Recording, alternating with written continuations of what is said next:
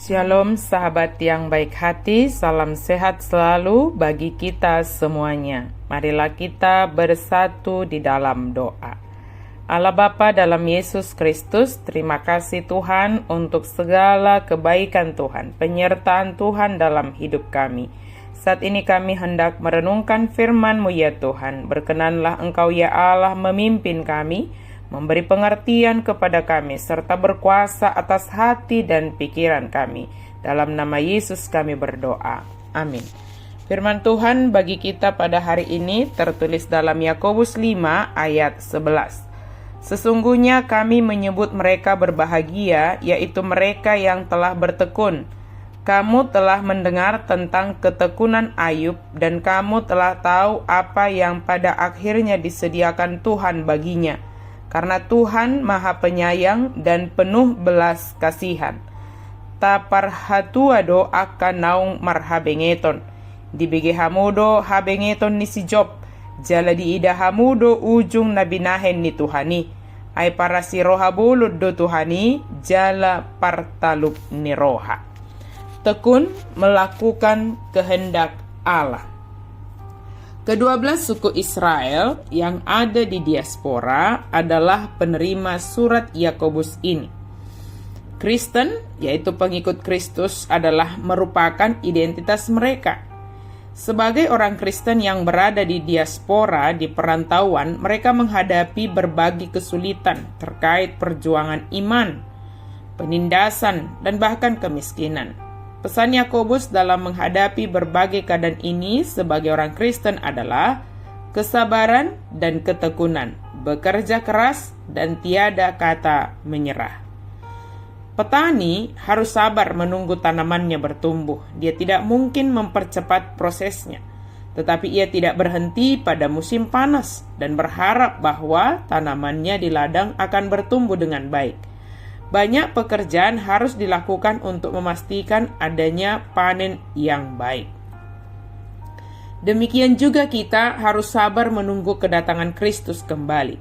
Kita tidak mungkin mempercepat kedatangannya, akan tetapi sementara kita menunggu, ada banyak pekerjaan yang dapat kita lakukan untuk menyatakan kehadirannya. Baik petani maupun orang Kristen harus hidup dengan iman, sambil menantikan upah pada masa depan untuk pekerjaan mereka. Jangan hidup seakan-akan Kristus tidak akan pernah datang. Bekerjalah apapun profesimu dengan setia untuk membangun kerajaan Allah. Sang Raja akan datang ketika saatnya sudah tiba. Hanya Dia yang mengetahuinya. Ketika berbagai hal tidak berjalan dengan baik, kita cenderung menggerutu dan menyalahkan orang lain atas kemalangan atau atas sesuatu yang tidak berjalan dengan baik itu. Menyalahkan orang lain lebih mudah daripada mengakui bahwa kita ikut bertanggung jawab, tetapi menyalahkan orang lain itu dapat menghancurkan dan itu juga merupakan dosa.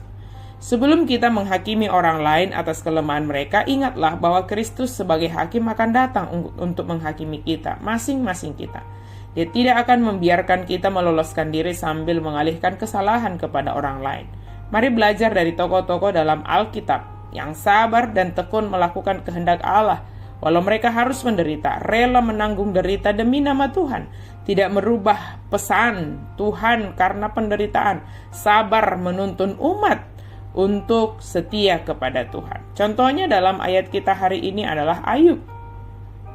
Ayub adalah orang yang hidup setia kepada Tuhan saat hidup dalam kelimpahan. Hidup setia kepada Tuhan saat hidup menderita dan miskin, sakit penyakit. Kesetiaannya tidak goyah oleh pengaruh apapun, termasuk dari istri dan sahabat-sahabatnya. Ketika Ayub kepada Tuhan, kesetiaannya itu tidak berubah walau dalam penderitaan, dan mau mengampuni kesalahan dari sahabat-sahabatnya, bahkan memohon pengampunan dari Tuhan bagi sahabat-sahabatnya, yang pada akhirnya kita dapat baca dalam Alkitab bagaimana Allah memberikan segala yang terbaik bagi Ayub. Tuhan menyediakan kemenangan baginya. Kesetiaan dan ketekunan kita melakukan kehendak Allah tentunya tidak berorientasi pada upah di dunia ini. Namun yang lebih penting adalah upah yang akan kita terima untuk selama-lamanya. Saudara yang diberkati Tuhan, Marilah kita tunjukkan identitas kita sebagai pengikut Kristus yang tekun, yang setia, karena kita percaya Allah yang kita sembah adalah Allah yang penuh kasih setia. Tantangan dan kesulitan yang berkepanjangan yang seolah-olah tiada akhir tidak boleh memengaruhi keteguhan iman kita kepada Yesus Kristus. Biarlah kehendak Tuhan menjadi prioritas dalam bersikap, berpikir, dan bertindak. Habengeton, kesabaran dan ketekunan menjadi kata kunci ketahanan. Habengeton, kesabaran dan ketekunan menjadi kata kunci ketahanan dalam menghadapi penderitaan karena kebenaran di dalam Kristus. Kesabaran, habengeton, tidak menuntun kita menjadi Kristen yang pasrah pada keadaan, tetapi proaktif berbuat, berusaha, bekerja keras dengan penuh pengharapan kepada Yesus Kristus. Amin, kita berdoa. Terima kasih Tuhan untuk firman-Mu. Biarlah kami sebagaimana yang firman-Mu katakan adalah orang yang berbahagia karena kami adalah orang yang bertekun dan melakukan apa yang Engkau kehendaki karena Engkau Maha Penyayang dan penuh belas kasihan. Apapun yang kami hadapi ya Tuhan, kami percaya tuntunan-Mu bagi kami, penyertaan-Mu bagi kami, memampukan kami menghadapi penderitaan, menghadapi sakit penyakit, menghadapi pergumulan dalam hidup kami.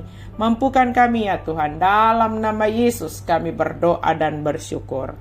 Amin.